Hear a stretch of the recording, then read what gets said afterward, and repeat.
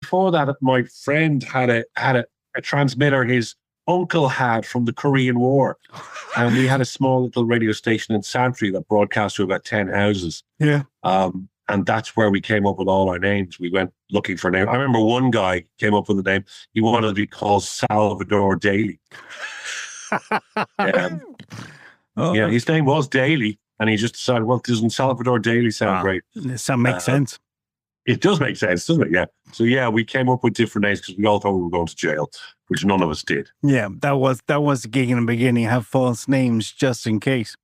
Yeah, and then it sticks. Then things happen in Radio Nova, and you just became known as Colm Hayes. So there was no point, there was no moment that I had to go, oh, by the way, I'm Colm Caffrey. So people know me as Colm Caffrey, and people on air, the public know me as Colm Hayes. Yeah. That's where I heard you first when we were in college. You were in the mornings and you were great. On the original Nova. Yeah, you were great mornings. And I always thought, I realized today it wasn't you. And I thought you were the eye of the sky. That was Mike Hogan. Mick Hogan was the eye of the sky. That was Mick Hogan, actually. Yeah. No, I was, we had a show called The Zoo Crew for breakfast. So it was me, Bob Gallico, who's no longer with us, Dave Harvey, who's got on to many big things in TV and everything. And a set of drums live in studio every morning. So it was exciting times.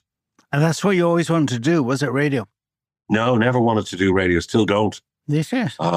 Went to college to study screenwriting and directing, and just happened to land a weekend gig at a station, and then things just sort of blossomed from them. And as a young guy, when you're starting to get some money in your pocket, you just don't go back and possibly what you wanted to do, because you're earning a crust and you're doing well. So it's like, okay, I'll give this a shot for a while. And I still am.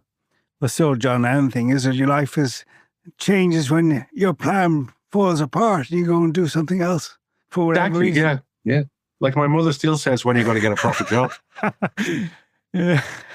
But you enjoyed it. I mean, you've had a mixed career in all the stations, and your voice has been constantly good, and you obviously have really, really enjoyed it.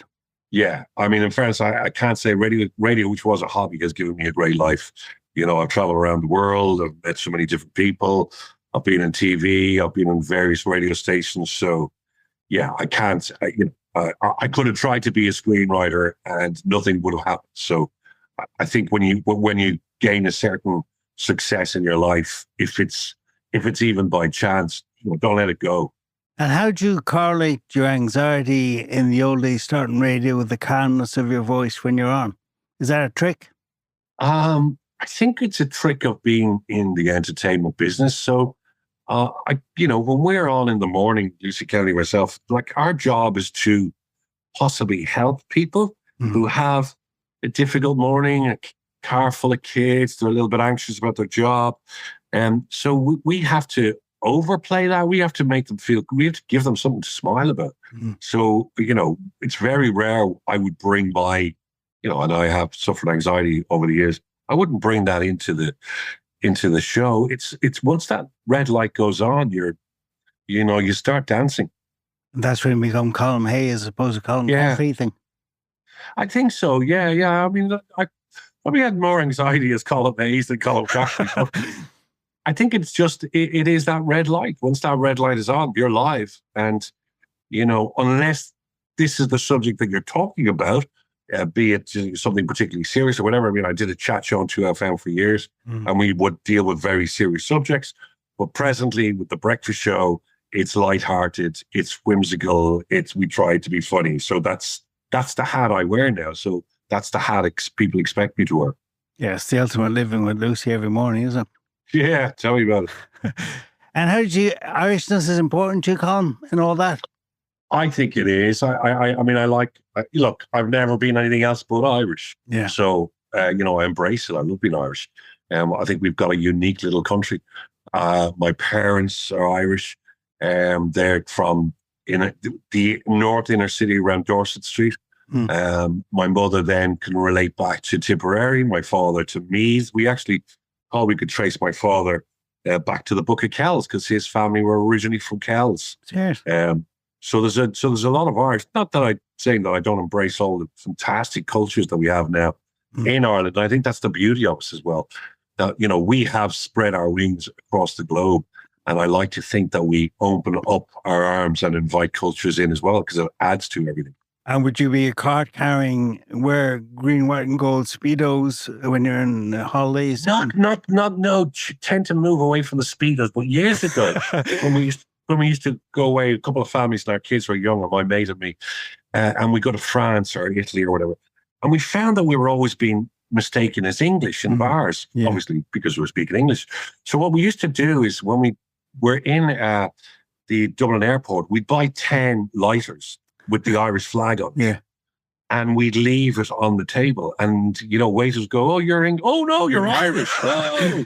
And then we'd go, well, there's a lighter for you. We brought this to you from Ireland. So we used to give away lighters because they were cheap.